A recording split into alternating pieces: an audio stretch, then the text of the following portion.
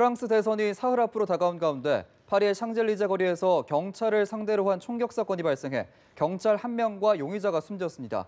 극단주의 세력의 테러인지는 아직 확인되지 않았는데요. 네, 보도국 연결해 자세한 상황 알아봅니다. 박효정 기자. 네, 현지 시간으로 22일 저녁 프랑스 파리의 최대 번화가 중 하나인 샹젤리제 거리에서 경찰과 총을 든 테러 용의자 사이에 총격전이 벌어졌습니다.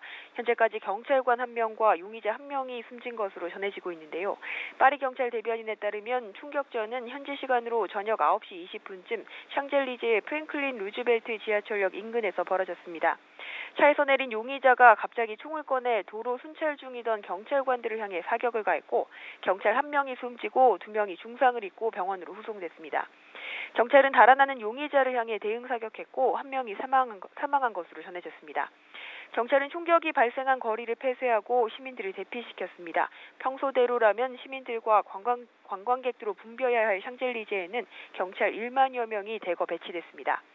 이번 총격 사건이 몇 명의 용의자가 가담했는지 극단주의 세력에 의한 테러인지는 아직 확인되지 않았는데요. 파리 검찰청은 대테러 수사관들을 투입해 정식 수사에 착수했고 경찰은 숨진 범인의 거처인 파리 동부의 한 주택을 찾아내서 수색 작업을 벌이고 있습니다. 무엇보다 이번 총격 사건은 프랑스 대선 1차 투표를 사흘 앞두고 후보자들의 TV 토론이 진행되던 중 일어났기 때문에 보안 당국도 상황을 예민하게 지켜보고 있는데요. 프랑스와 올랑드 대통령은 엘리제궁에서 총리 등을 불러 심야 긴급 대책회의를 주재하고 있습니다. 지금까지 보도국에서 전해드렸습니다.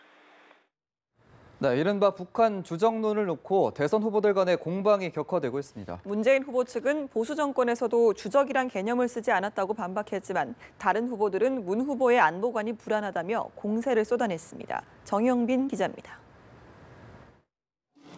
민주당 문재인 후보는 북한 주적 논란이 전제부터 잘못된 것이라고 주장했습니다.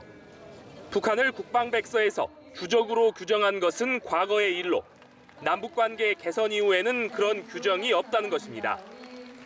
이명박, 박근혜 대통령도 대외적으로 주적이라는 표현을 쓰지 않았다는 점을 강조했습니다.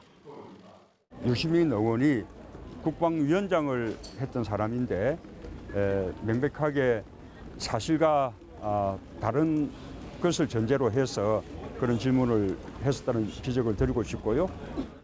북한이 군사적으로는 대치한 적이지만 평화 통일을 해내야 하는 대상이라는 점에서 각 부처마다 입장이 달라야 한다는 점도 내세웠습니다. 하지만 자유한국당 홍준표 후보와 바른정당 유승민 후보는 문 후보의 안보관이 불안하다며 맹공에 나섰습니다. 북한이 주적이라고 대통령이 그런 말을 하면 안 된다고 하는 사람이 그런 사람한테 국군 통수권을 주는 게 맞느냐. 국군 통수권자가 될 사람이 주적에 대해서도 말씀을 분명하게 못하시면 저는 자격이 없다고 생각합니다. 국민의당 안철수 후보도 북한은 주적이라며 가세했습니다. 이미 국방백서에 주적으로 명시되어 있습니다. 그리고 지금 남북 대치 국면 아니겠습니까? 이런 상황에서 북한은 주적입니다. 이에 대해 문 후보 측은 어떤 국방백서를 본 것이냐며 허위사실로 국민을 현혹해서는 안 된다고 맞받았습니다. 연합뉴스TV 정영빈입니다.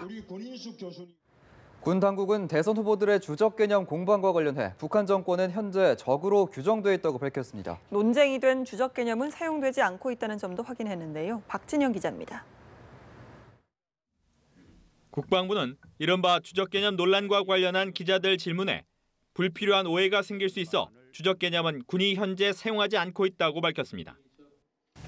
네, 2016년 국방백서에 보면 북한 정권과 북한군은 우리의 적이다 이렇게 표현이 돼 있습니다. 주적이란 사전적으로 싸워야 할 주된 적을 줄인 말입니다. 이 표현은 1994년 남북 실무 접촉에서 북한 대표의 서울 불바다 발언을 계기로 등장했다가 참여정부 때인 2004년 국방백서부터 사라졌습니다.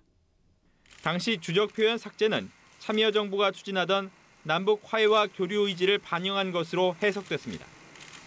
북한 정권과 북한군은 우리의 적이라는 표현은 이명박 정부 때인 2010 국방백서부터 등장해 현재까지 유지되고 있습니다.